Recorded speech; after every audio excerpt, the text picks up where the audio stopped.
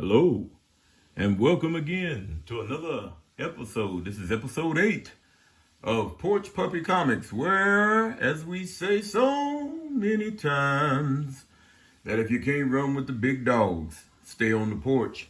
I'm KJ with you today.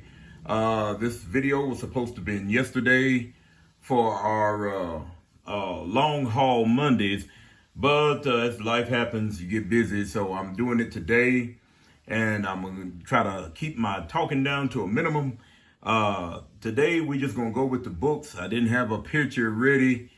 Didn't go into my folder to pick one out for the day. So we're starting out just with the books because being that this episode 8 was going to be called Long Haul Mondays, then we got a long haul. So these are a combination of dollar books, eBay finds, and flea markets, and a few comic shows. And like I said, since I'm the new kid on the block, some of these have been, within the last, several months or so.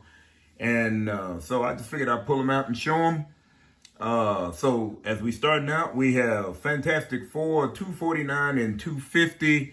Those two are dealing with one of my favorite characters from the Shi'ar Empire, the Gladiator. And I love this character. He's a great character. John Byrne he was the first one I've ever seen draw the character. I know that back in X-Men 107 is where the Shi'ar Empire made their debut, and the Imperial Guard made their debut, but it wasn't until 108 when John Byrne started drawing the book is where the book actually got real prominence. And that his run is legendary from 108 to 143. Great book. And so these two, if you're able to pick them up, if you're in the wild, I suggest that you go and pick them up. They are great books indeed. The next book we have is Batman 89 and Batman 92, which are the appearances of that lady right there, Punchline. And I think that she's a fresh character. They have to have somebody. They're oversaturating Harlequin, and Punchline is a great character. If they just get somebody to know how to write her and how to develop her, she could be bigger than Harlequin, I believe. But I think this 89, this is the third printing. And this is her first appearance, and then 92, this is her full appearance in Batman. Then they're getting ready with the Joker War. We're going to throw some older books at you, some Silver Age and some Bronze Age. Well, let's do the Bronze first. We have Avengers 100 and Shang-Chi number 19. Avengers 100, as you can see here where it says Avengers Assemble, and we do mean assemble. This assembles every Avenger from the beginning of the Avengers to 1972. The art was done by Barry Windsor Smith, another great artist. The book, as I say, most of the time, they present well. It's a condition that I can deal with. And, if I run across an opportunity to upgrade, I will at one time. But the gentleman that I got this from eBay gave me a good price on it. And I was just glad to have it. Everything is intact. The center page is sweet. It's nice. Shang-Chi number 19. I always like Shang-Chi. And he's fighting again. Man-Thing, he just pops up everywhere, I guess. With Shang-Chi fighting him, I guess he don't know fear. So obviously he won't be burning at the Man-Thing's touch. The next book that we're going to present to you will be, I'm going to have to put this up by itself. I was going to do doubles, but I'm going to put this up by itself. Captain Atom number 89. Charlton book. It's a very nice book. And it presents well. And as we talked about the Charlton back with the Gunmaster and Bullet Boy, the paper that they was made on, to order for them to be in real good shape, it's something to find one. And this was nice. This was affordable. And if I'm not mistaken, I think it was only cost me like 15 bucks. And like I said, this was several months back. But it was a good book to get. And so I said, man, I like that one because I like that version of Captain Atom. You know, at first, again, couldn't really stand it at the beginning, but I like it. The next books that we're popping up with is 1 and 2 of Godzilla versus the Mighty Morphin Power Rangers. Two properties that when you got kids and grandkids, you can't help but see some sort of Power Ranger somewhere along the line. And those are good. There's a good story. Of course, it got the big G in it. That's what my grandson calls me. It's Big G. And but Godzilla, I've been a Godzilla fan for years and like the character. And it's a good battle. It's got everybody in it. You know, Rita Repulsa and her minions and King Ghidorah and all of them and Gigan. It's got everyone in there. Godzilla versus Mighty Morphin Power Rangers 3 and 4. And these covers are spectacular. Even got the Dragon Zord in there. You know, I always like the Dragon Zord because it reminds me a whole lot of Godzilla. Great book. Again, we're going to show another one. Let me see here. I kind of like doing in the yeah, let's do it that way, y'all. What do you say? Yeah. Yeah, we're going to do it that way. Okay, we're going to put up the last issue of Godzilla versus Mighty Morphin Power Rangers, number 5, and an independent book by Sitcom Comics called The Blue Baron, which is that gentleman down there. Look like he's from the Spirit of 76 in his garb. Why did I pick this book up? It is so far back to the stuff that we used to collect back in the day, you know, before they tried to start making everything, if you want to call it, you know, PC, so woke and all this other kind of stuff. It's just one of those type of comic books where you just go in, you know, it's got good art in it. The storyline is as campy as you want to be, but it's just good old fashioned comic book. The stuff that you just really, you don't see much anymore. And Blue Baron was part of a group of superheroes known as the Heroes Union. And they've got a bunch of folks in them. And I just happen to have the Heroes Union number 1 and Blue Baron number 2. And again, you know, you can see for yourself. It's just as campy as you want to be, but it's just got that nostalgia that some of us old guys look for. And it's a square bound book, all 3 of them. And the price tag on them was $3.99 for that one and $4.99 for the Heroes Union number 1, 68 pages. But check it out. As I said, this is dollar pickups and different things. These books only cost me $1. And you can see the condition, even square bound. They were nice. And I know some of you may be thinking, well, yeah, that's why they was $1, because nobody wanted them but you. But it'd be okay.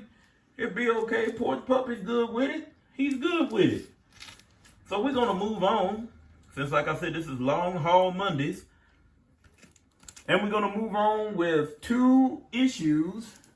We're going to go into a World's Finest mode right now. And I believe that'll be it for today. We're going into World's Finest, number 180 and number 186. I had a good deal on these. Figured I'd go ahead and get them. There was only certain issues of World's Finest featuring Superman and Batman that I was only, you know, I could deal with. But when I started running across these, as you can see, it's got a line running down the middle, little foxing on the side, the spine a little bit, you know, it's kind of got a little roll to it. But again, the condition, it still presents well, and I can deal with it. I'm not looking to have none of my books sent off to get them tuned. You know, I mean, if you can afford it, help yourself. We're old school collectors, you know, and those that do, I don't balk at it. Do what you do, you know, but I mean, I just like the collecting aspect. I like the hunting aspect, you know. So the next books we're bringing up is, again, World's Finest. And this is World's Finest Superman and Robin and World's Finest Superman and Green Lantern issue 200 and 201 respectively. I've always liked that cover with Superman and Green Lantern and Dr. Fate right there in the middle. It's a nice cover. That 201 is almost like a cover with Superman and the Flash, you know. And then the Superman and Robin for the 200th issue, you know, again, there's some creasing, little foxing. The pages on the inside of the book are kind of off yellow, you know, looking off white to a yellow. But the condition is good. I can deal with it. It's nice. And I know some of you out there that's picking up, going into the dollar bin diving in different places. Y'all, I've seen some of y'all's pickups, you know, and I thank the Lord for what I'm seeing because, you know, I like to see my brother Rob always used to tell me, you know, he likes to collect for the sheer collecting of it and picking up some good books to read. And that's what we do. You know, we pick up good books to read. If you like, again, if you can flip them, you know, have at it. But now we're going into the world's finest, and I love these books here, y'all.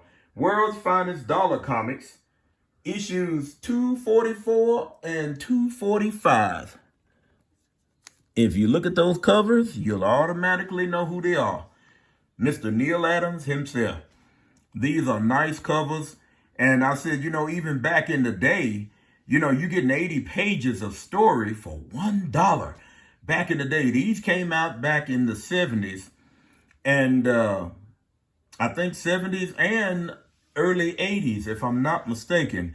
But I mean, look at the characters you got in them. You got Wonder Woman, you know, Black Canary, the Vigilante, the first one, the cowboy one, and Green Arrow, plus Superman and Batman. You know, and these characters ran in these books until their storyline was pretty much completed. The next set coming up is World's Finest, again with the $1.80 pages of World's Finest 250 and 251. And you can look at the condition on those. Again, these were thick books. They wasn't square bound, but they was yet thick books. Everything is attached. Cover's fine. Maybe a little foxing here and there, a little roll here and there. But yet and still, they still good. In 250, you see there's been a lineup change because now we have the Creeper in with everybody else. And it's still yet a good book. All right, we're coming into it. Again, y'all, stay with me.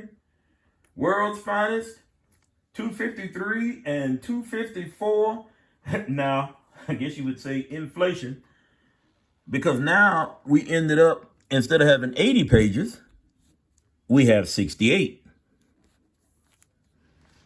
And as you can see, that the lineup has changed again. We've lost, who have we lost here? Wonder Woman. We've lost Wonder Woman and picked up Shazam. And again, these are 68 page giants. They still $1. You know, this one says 4 full-length features. This one says 5 full-length. So it was still a mixed bag of what you was picking up and what you think you was going to get. But it was still a good book.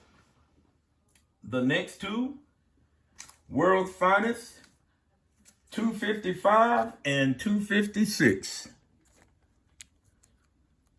With the exception of about 3 of these sets of the World's Finest, they came in a bundle. And I couldn't resist it. The price was right up Porch Puppy's alley. I really enjoyed it and was really thinking what the books were. So you have 255 and 256, again 68 pages, and again it jumps 4 full length, 5 full length. And the lineup in these are Superman, Batman, Green Arrow, Shazam, Black Canary, and the Creeper. And over in 256, guess what? We've lost the Creeper and picked up Hawkman in this one. These books were just nice. You just had almost like having 4 or 5 comic books in one. Covers are nice. I always like this one here in particular with the original Batman, as he calls himself. You know, and I don't know how many times back in the day that book passed through everybody's hands. And let me see what else we got here, y'all. We have World's Finest, 257 and 258. 257 and 258. And guess what, y'all?